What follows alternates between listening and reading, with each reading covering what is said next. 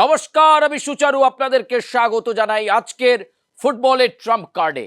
আর যত আমরা এগিয়ে চলেছি ফাইনালের দিকে, ততই কিন্তু চিত্তাকর্ষক হচ্ছে ফুটবলের ট্রাম্প কার্ডের এই প্রতিবেদন। কারণ আমরা যেভাবে বিশ্লেষণ আপনাদের কাছে রাখছি সাংবাদিকতার আতশ কাঁচ দিয়ে, সেগুলোই কিন্তু অনেক ক্ষেত্রেই মিলে যাচ্ছে। এবং কাকে কোন জায়গাটায় খামতি থাকছে, দেখুন আমরা তো কোনো ফুটবলের কোচ নই বা ট্রেনারও নই, কিন্তু আমাদের সাংবাদিকতা জীবনের সংগৃহীত অভিজ্ঞতা এবং আপনাদের সাথে আমরাও খেলা দেখছি এবং সেই অনুযায়ী আমরা বিশ্লেষণগুলো আপনাদের সঙ্গে যখন শেয়ার করছি, অধিকাংশ ক্ষেত্রেই মিলছে। আমরা বলেছিলাম যে আর্জেন্টিনা ধারে ভারে এগিয়ে রয়েছে ঠিকই, কিন্তু সুইজারল্যান্ডের কাছে চাপে পড়তে হবে, কারণ আর্জেন্টিনার ডিফেন্স খুব একটা ভালো নয়। আমরা আগের দিনই দেখেছি আর্জেন্টিনার ডিফেন্সে কিন্তু সুইজারল্যান্ড, যদি আপনারা গোল অ্যাটেম দেখেন তাহলে সুইজারল্যান্ড মানে প্রচুর অ্যাটেম করেছে, তারা সফল হতে পারেনি, কিন্তু অ্যাটেম ছিল আর্জেন্টিনা গোলের দিকে, মুহুর্মুহুর আক্রমণ করেছে সুইজারল্যান্ড। কিন্তু কথাতেই আছে জো জিতা ওই সিকান্দার, ফলে এক্ষেত্রে সেমিফাইনালে পৌঁছে গেল মেসির আর্জেন্টিনা, আর অন্যদিকে রয়েছে ইংল্যান্ড। আর এছাড়া আরেকটি সেমিফাইনাল যেখানে থাকছে ফ্রান্স এবং স্পেন। সব কিছু নিয়ে আজকে আবার কথা হবে। প্রিয় দর্শক, পুরো ভিডিওটা দেখবেন এবং প্রতিবেদনে আপনাদের প্রতিক্রিয়াটা আমাদের কাছে যেন একটা অক্সিজেনের কাজ করে। চলুন আর কথা বাড়াবো না, আমরা কথা বলবো। আমাদের সঙ্গে রয়েছে আমাদের বিশিষ্ট ক্রীড়া সাংবাদিক যশবন্ত বিশ্বাস, তার সঙ্গে কথা বলা যাক। যশবন্তদা, যে প্রশ্নে আসবো সেটা হচ্ছে স্পেন একটা ঐক্যবদ্ধ ফুটবল খেলছে, তিকি তাকা ফুটবল। স্পেন কিন্তু আবার একটা সম্ভাবনা তৈরি করেছে। ফ্রান্স আর্জেন্টিনা সমর্থকরা বলছে আবার একটা একটা ফাইনাল দেখব, কিন্তু ফ্রান্স আর্জেন্টিনা ফাইনাল দেখার আগে আমি যে কথা বলতে চাইবো, ইংল্যান্ডও সম্ভাবনাময়, কিন্তু স্পেন অনেক দিন পর আবার একটা এই দলগত সাফল্যে এগিয়ে চলেছে, শেষ চারে পৌঁছে গেছে। কিন্তু তুমি অফ দ্য ক্যামেরা খানিকটা আগে বলছিলে যশবন্তদা, স্পেনের কলকাতা যোগ, এটা কিভাবে সম্ভব? মানে কলকাতায় তো স্পেনের সমর্থক আছে অবশ্যই, বিশেষ করে আমাদের আর প্লাস নিউজের যে সদর দপ্তর যেখানে বসে আমরা কথা বলছি, তার আশপাশের এরিয়াতে প্রচুর স্পেনের সমর্থক রয়েছে। কলকাতাবাসী তো উচ্ছ্বসিত হবে, মানে বড় কিছুতে কলকাতা যোগ পেলে। আমরা অতীতে দেখেছি বিভিন্ন কি বলবো, বিভিন্ন ব্যক্তি বা কারোর কলকাতা যোগ পাওয়া গেছে, কেউ দুর্নীতিতে যুক্ত হয়েছেন, তার কলকাতা যোগ পাওয়া যায়। কিন্তু স্পেন দলের সঙ্গে বা স্পেনের সঙ্গে কলকাতা যোগ তুমি বলছিলে অফ দ্য ক্যামেরা, কিভাবে সেটা একটু আজকে শুনবো। আচ্ছা, তার আগে আমি একটা সুচারুকে প্রশ্ন করি। সুচারু ম্যাক্সিমাম প্রশ্ন আমায় করে। এই ওয়ার্ল্ড কাপে একটা বিশেষ ঘটনা ঘটেছে, কি বলতো, খুব উল্লেখযোগ্য, মানে এত বছরের হিস্ট্রিতে সেটা হয়নি। র্যাঙ্কিং। হ্যাঁ, ঠিকই ধরেছেন, বুদ্ধিমান সাংবাদিক তো।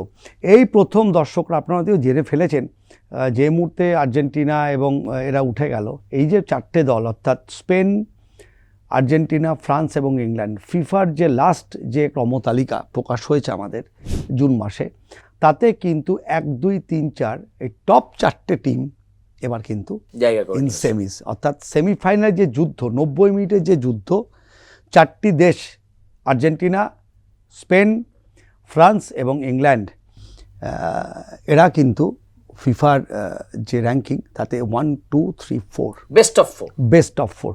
আচ্ছা, এবার তুমি বলছো যে এই যে বিষয়টা, হ্যাঁ এটা কিন্তু একটা বড় একটা খবর। এবং আমি জানি না এই মুহূর্তে আর প্লাস নিউজ বা আর প্লাস ডিজিটাল আপনারা যা দেখেন, এর বাইরে কজন এটা জানেন। কলকাতা যোগ বলতে মাইকেল মরিনো, তিনি কি খেলে গেছেন?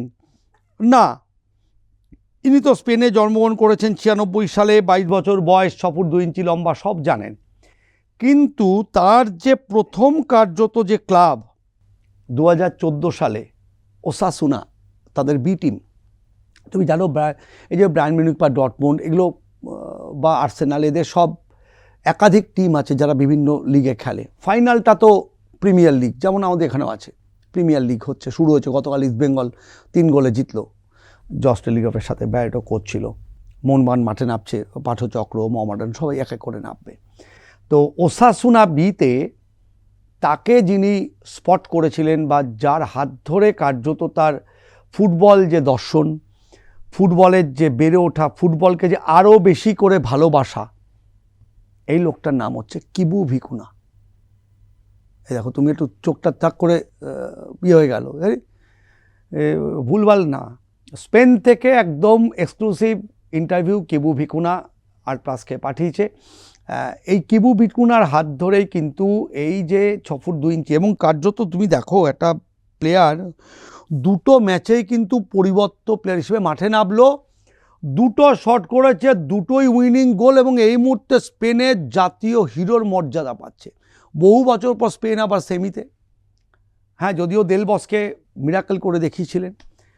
আবার আপনাদের একটা ছোট্ট পরিসংখ্যান দিয়ে দিই কিবুর ইন্টারভিউ দেওয়ার আগে। ফ্রান্স যে লাস্টবার ইউরো বধ হয়েছে 119 মিনিটে কিন্তু এই ওর যে মাথা এবং পা দুরন্ত চলে, অর্থাৎ দুটোই চলে, সভ্যটা আছে কার্যত। এই মুহূর্তে যদি আর্সেনালের প্লেয়ার এই মাইকেল মেরিনো, তার যিনি ব্যক্তিগত কোচ ছিলেন, ছোটোবেলাকার কোচ ছিলেন, এবং আন্ডার 19টা কার্যত কিবুর হাত ধরেই বড় হয়ে ওঠা, সে কিবু আমাদেরকে এক্সক্লুসিভ বলেছেন স্পেন থেকে। সেটা তো আমরা একটু এক ঝলকে শুনে নিই, তারপর আমরা আলোচনায় আবার ফিরছি। চলুন আমরা একটুখানি কিবু ভিকুনা ঠিক কি বলছেন শুনি। Very happy with the goal of Mikel Merino. Mikel Merino was a player that when I was the second coach in Osasuna in the season 15-16 in the senior team of Osasuna, with Jan Urban as a head coach, we promote Mikel Merino from the reserve team to the first team, and he from the first game of the league he was playing the first 11. He played very well the pre-season, and also the first game against, I remember, in Pamplona in El Sadar Stadium against Barcelona B, we won 2-0, and Mikel Merino was in the first 11. At the beginning, Mikel struggled to play the 90 minutes because he was young. He was playing in junior level and reserve team, and the first games he struggled after 60 minutes. After 60 minutes, between 60-70, most of the games we changed him because he had problems to play the 90 minutes that time. No, from the beginning we saw that he's a special player, very good technical quality, especially with the left foot. Fantastic in aerial balls and in set pieces, also in defense and in attack, and with the capacity to score goals. No, like we are seeing in Arsenal and also in the Spanish national team not only in the World Cup, no, because he scored a very important goal against Germany in quarterfinals of the last Euro Cup in 2024. Also last year in the semi-final of the Nations League against France, he scored a goal in 2025. Very happy for him. Very happy for his family. I remember that with Jan Urban we were talking that this player was special, and he was going to be similar. He was going to play in similar level than Javi Martinez, player that we have in the junior level. That he won the World Cup in 2010 with the Spanish national team, and he was only winning. He won also the Champions League with Bayern Munich, or Raúl García, player that he had more than 600 games in Primera División. So happy for him and happy for the Spanish national team, and at the same time happy to see the Spain, how Spain can face France is going to be very tough, because arguably French team is the best team right now in the World Cup. But you know, the World Cup is special. Spanish national team in the semi-finals. I think we will have our chances. For France also, it's not going to be easy, because I think that Spain is going to control the midfield line. But of course, Spain needs the best to play at their best version. তাহলে দেখো Kibu যেটা বললো, মানে গোটা ফ্রান্সে কিন্তু এখন কার্যত আসলে স্পেন আর ফ্রান্সের এত যুদ্ধ, তো এই যুদ্ধ নিয়েও আমাদের বিশেষ কিছু আছে, আমরা জানাবো আমাদের দর্শকদের। তো ফ্রান্স এবং স্পেন দুটো ইউরোর কিন্তু one of the top team, এবং কিবু যেটা বললো যে ওর পেনিট্রেশন, ওর যে ফুটবল বোধ, এই জায়গায় নিয়ে গেছে। প্রায় হাইটটাতে অ্যাডভান্টেজ, মাথায় বলো বা পা বলো, ওর কিন্তু দুটো চলে। আর গোলটা খুব ভালো চেনে। এবং যেটা তোমায় বলছিলাম যে আরপ্লাসের আমাদের দর্শকদের যে কিবোর্ড বক্তব্য তো আমরা শোনালাম, আপনারা শুনলেন, কার্যত তো যুদ্ধ। তো আজকে একটু যুদ্ধ নিয়ে দু চারটে একটু তথ্য দিই। প্রথম যে স্পেন এবং ফ্রান্স সবগুলোই ভারতীয় সময় রাত্রি 12:30 খেলা, কাজে রাত জাগতে হবে, তোমাকে আমাকেও জাগতে হবে, কারণ খেলা না দেখার মতো প্রতিবেদন দিতে পারি না। স্পেন এবং ফ্রান্সের যেটা ইতিহাস বলছে, দুবার যুদ্ধ হয়। একটা হচ্ছে 1793 থেকে 1796, আরেকটা 1808 থেকে 1814, এদিকে 6 বছর আর ওদিকেও প্রায় 3 বছর। এটা কিন্তু অফিসিয়াল যুদ্ধ।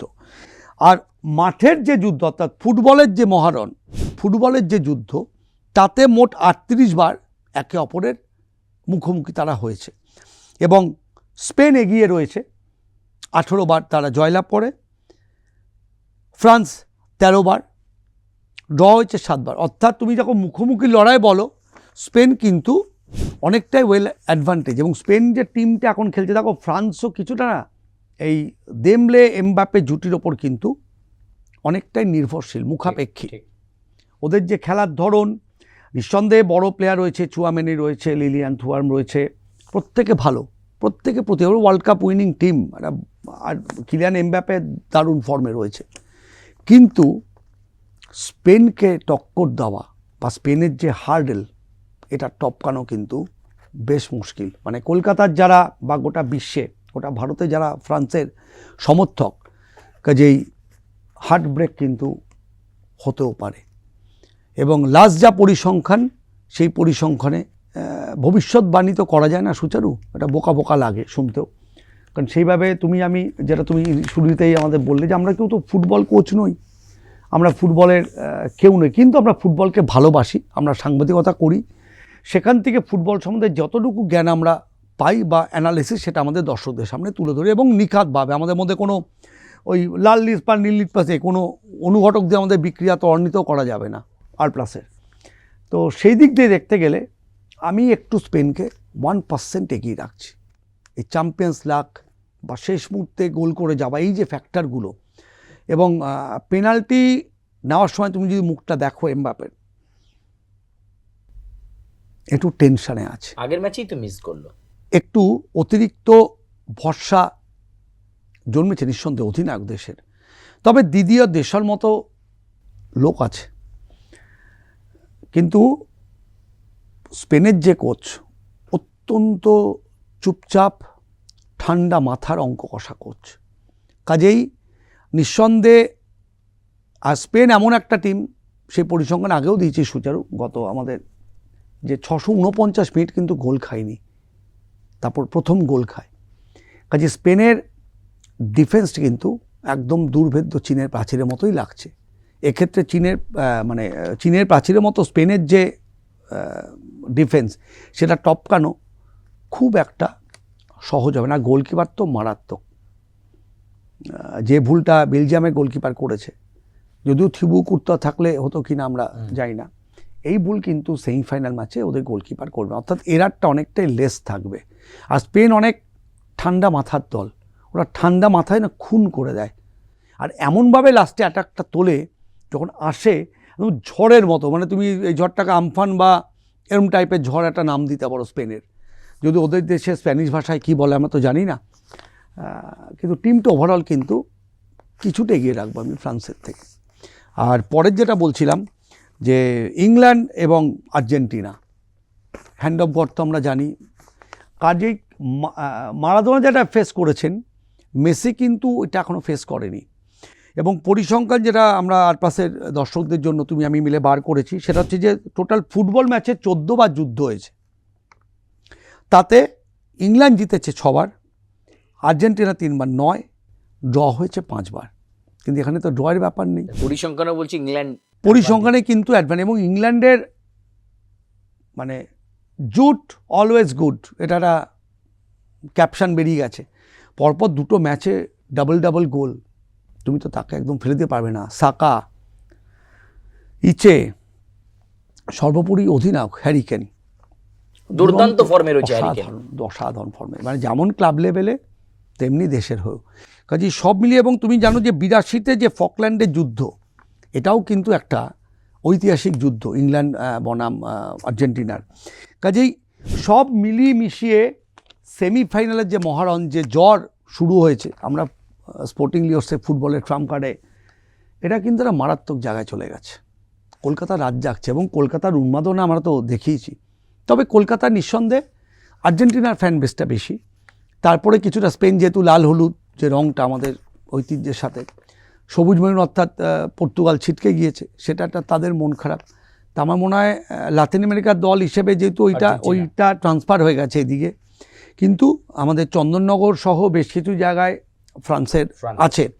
তবে আমরা যে এলাকাটায় বসবাস করি, অর্থাৎ এই যে Mirza Ghalib street, park street, এই অঞ্চলে বহু বিদেশি এবং বহু সংখ্যক মানুষ, কিন্তু তুমি যারা বললে যেই তথ্য, স্পেনের কিন্তু একটা উইল পাওয়ার কিন্তু কাজ করবে সুচারু। অবশ্যই আছে। তাহলে তুমি বলছো যে ফার্স্ট সেমিফাইনালে অ্যাডভান্টেজে আমি একটু স্পেনকে এগিয়ে রাখছি, মানে লাস্ট যে পরিসংখ্যান, টোটাল যে পরিসংখ্যান, তবে দুটো টিমই দুরন্ত ফুটবল খেলেছে। মানে এত স্পিডে তুমি চোখের পলক পড়তে পড়তে দেখবে অ্যাটাক হয়ে গেছে। আর দ্বিতীয় ম্যাচে বলছো ইংল্যান্ড আর্জেন্টিনার মধ্যে অ্যাডভান্টেজ ইংল্যান্ড।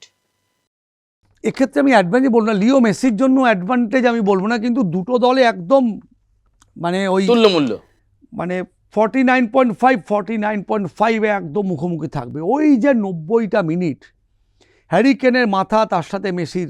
আমার যে ইকুয়েশন যশবন্ত দা, তাহলে আমরা স্পেন ইংল্যান্ড ফাইনাল দেখলেও দেখতে পারি। অল ইউরো ফাইনাল হতেও পারে, ইটস এ রেকর্ড, না হওয়ার কোনো কারণ নেই। যদিও আমার কথা শুনে যাই না আমাদের ফেসবুক আজকে কী রিয়াকশান আসবে, কিছু বাউন্সার আসবে আমাদের দিকে, কিন্তু আমরা আর্জেন্টিনাকে সাপোর্ট করছি এমনটা ভাববেন না। আমি কিন্তু বলছি পরিসংখ্যান তুলে ধরেছি, এটা ইতিহাস কথা বলছে যে দুই দলের যে যুদ্ধ, তাতে ইংল্যান্ড অনেকটা জিতে। আর সেই হ্যান্ড অফ গডের পর, কারণ সেটা একটা ইতিহাস যে 5 ফুট 4-এর মারাদোনা, পিটার শিলটন 6 ফুট 2, তাকে টপকে কী করে গোলটা করেছিলেন। এখন আজকালকার ভারে থাকলে সেটা কি হতো, সেটা ভারে ফেলে দেখতে হবে আইতে, কিন্তু ইটস এ গোল। আর সেকেন্ডটা তো ইতিহাস তৈরি করা, 7 জনকে কাটিয়ে মারাদোনার, আমরা মেসিকেও দেখেছি। আচ্ছা, ফিফার এই ভার সিস্টেমটা নিয়ে এত বিতর্ক আজকে, যখন এতক্ষণ কথা হচ্ছে, আর তো কয়েকটা দিন আমরা এই পর্বটা করতে পারবো, এই ভার সিস্টেমটা নিয়ে তোমার কি অভিমত? অনেকে কিন্তু এর ভীষণ বিরুদ্ধে কথা বলছে ভারের এগেনস্টে, মানে ফিফার এই সিস্টেমটাকে, মানে গোল দেওয়ার পর বাতিল হয়ে যাচ্ছে অনেকগুলো এরকম ম্যাচে দেখলাম, ভাইটাল। অনেকে বলছেন বড় টিমকে জিতিয়ে দেওয়ার জন্য ফিফা ছোট টিমের প্রয়াসগুলোকে খাটো করছে, এইভাবে গোল বাতিল করে এই ভারের মাধ্যমে। কি একটা স্ক্রিন, তার সামনে গিয়ে রেফারি দাঁড়াচ্ছেন কোমরে হাত দিয়ে, তারপরে এসে না, ইটস এ টেকনোলজি। দেখো, বললে হবে না। দেখো, আফটারঅল দেখো, তুমি আমি যে হিউম্যান বিং, আমরা যখন স্টোরি করতে যাই, কোনো একটা ভুল যদি বাইট দিয়ে দেয়, আমাদের কিন্তু সেটা একবার অন এয়ার করার পর এডিট করার জায়গা আছে। আমরা ভুলটা যখন হয়, আমরা কিন্তু ডিসক্লেমিয়ার দিয়ে দিই না, সংশোধন করে। এই ডিসক্লেমিয়ারটা এখন হচ্ছে যদি এটা রেফারি মনে করে। এবার রেফারির দৃষ্টি আকর্ষণের জন্য, তুমি আগের দিনও দেখলে সুইজারল্যান্ডের প্লেয়ারটা একটা অহেতুক ফাউল, ওখানে গোল দিয়ে দিয়েছে, আর ওর মতো একটা ও বারবার অ্যাটাক করছিল, এই ফাউল করাটা তো উচিত হয়নি। তো এটা ভারের জন্য আমরা দেখতে পেলাম। ইনিশিয়ালি মনে হয়েছে, কিন্তু অ্যাপারেন্টলি যখন ম্যাচ দেখছি তুমি আমি, ইটস এ ফাউল মনে হয়েছিল, কিন্তু আগেই আর্জেন্টিনাকে দেখো রেড কার্ড দেখিয়ে, ইয়েলো কার্ড দেখিয়েছে ফাউলের জন্য। এবার যখন অ্যাপিল করলে, এবার অ্যাপিলটা যে গ্রান্ট করছে, সে তো একটা হিউম্যান বিং সুচারু। তখন তুমি একটা ফাউল করে বললে যে যশবন্ত স্যার, আমার মনে হচ্ছে এটা ফাউল নয়, আপনি প্লিজ দেখুন। এবার এই যে আমি দেখব কি দেখব না, এটা তো আমার সিদ্ধান্ত। আমার যদি মনে হয় যে আমি টেকনোলজি, তখন আমি সাহায্য নেব। তা আমি এরকম ওই ক্রিকেটের মতো যেমন থার্ড আম্পায়ার দেয়, এরাও এরকম দেখিয়ে ভার দেখিয়ে সোজা চলে যাচ্ছে। ওখানে ক্যামেরা সবকটা আউটপুট ওখানে রয়েছে, যে 4টে 5টা 6টা অ্যাঙ্গেল, এবং ও বারংবার পরীক্ষা করে সেনকে দেখেছে। দেখার পর মনে হয়েছে ও সেটাকে ফিরিয়ে নিল। আমরা যেমন এরকম সাইন দিয়ে ক্রিকেটে ফিরিয়ে নেয়, ও ফিরিয়ে নিয়ে বললো যে না, ওরটা আমি উইথড্র করলাম, এবং এই ফাউল প্লের জন্য ইয়েলো কার্ড দেখলাম, এবং সেটা double yellow, it's a red. ওখানে কিন্তু অনেকটা সেটব্যাক হয়ে গেছে সুইজারল্যান্ডের। যদিও ফিফা প্রেসিডেন্টের দেশ, ফিফা প্রেসিডেন্টদের অনেকে বলছেন আপনার দল খেলছে, তো এগুলো তো সোশ্যাল মিডিয়ায় কথা। এবার ধরো মেসিকে যে তর্ক করতে দেখেছি, এখন মেসি এক্স্যাক্টলি কি দেখেছেন, সোশ্যাল মিডিয়াটা বেরিয়ে গেল, তুমি আমায় সম্মান করো, আমিও তোমায় সম্মান করছি, এটা তো আমাদের ভার্সান। এক্স্যাক্টলি মেসির ভার্সান বা সেই রেফারি ভার্সান আমরা কিন্তু জানি না, রাইট? কাজে আমরা অনেক কিছু বলে দিচ্ছি। এবার ওইখানে রেফারিও তো মনে হয়েছে যে মেসিকে সতর্ক করা দরকার নেই, মৌখিকভাবে তাকে কষান দিয়ে ছেড়ে দিয়েছে, কার্য করেনি। আর অনেক ক্ষেত্রে রেফারির ক্ষেত্রে তুমি তর্ক করলে কিন্তু he can show the yellow card, আর যদি একটা ইয়েলো হয়ে থাকে ইট ক্যান ডাবল, মানে ইয়েলো মিনস 1 রেড।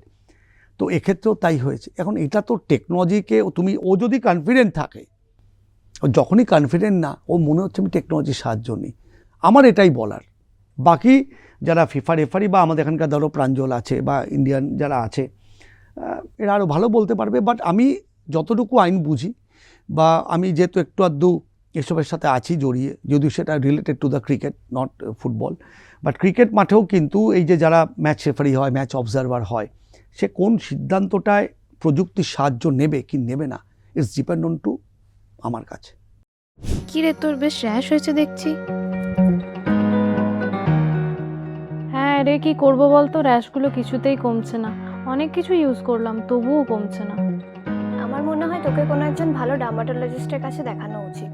তুই ঠিক বলেছিস, কিন্তু কোনো ভালো ডার্মাটোলজিস্ট থাকলে একটু সাজেস্ট কর না প্লিজ। এই তোর তো একবার র্যাশ হয়েছিল না, তুই কোথায় দেখিয়েছিলিস? তুই একবার গৌরীদেবী হসপিটালসে দেখাতে পারিস, ওখানে ভালো এক্সপিরিয়েন্স ডার্মাটোলজিস্ট আছে। আমারও সেম প্রবলেম হয়েছিল, এখন ওখানে ট্রিটমেন্ট নিয়ে আমি এখন ঠিক আছি।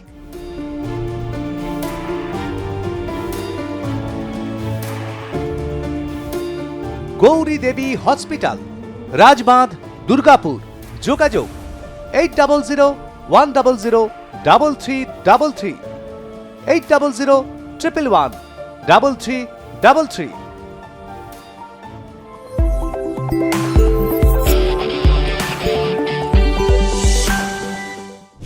অনেক ধন্যবাদ যশবন্ত দা। আমরা কথা বলছিলাম আজকেও ফুটবলের ট্রাম্প কার্ডে, অনেক আলোচনা আপনারা শুনলেন, আর কি হতে চলেছে সেটার দিকে তো অবশ্যই আমরা নজর রাখবো।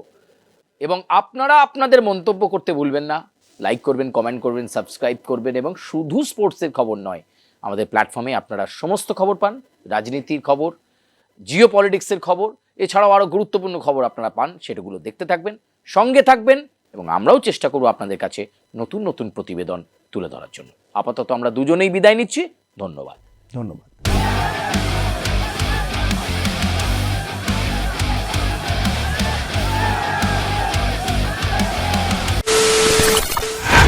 খবরের নামে প্রতিদিন সন্ধে আপনার ড্রয়িং রুমে কি শুধুই চিৎকার চেঁচামেচি হে আসে? বিতর্কের নামে চলে গালাগালি আর কাদা ছোড়াছুড়ি। এবার সময় পরিবর্তনের, কারণ আমরা কান ফাটানো চিৎকারে বিশ্বাস করি না। আমরা বিশ্বাস করি খবরের সত্যতায়। আমরা কোনো পক্ষের হয়ে গলা ফাটাই না, আমরা সাধারণ মানুষের হয়ে প্রশ্ন তুলি। চিৎকার নয়, শুধু খবর হবে যেখানে বিতর্ক আছে কিন্তু কুৎসিত ঝগড়া নেই। সঠিক তথ্য, বিশ্বস্ত খবর। নজর রাখুন আর প্লাস নিউজে।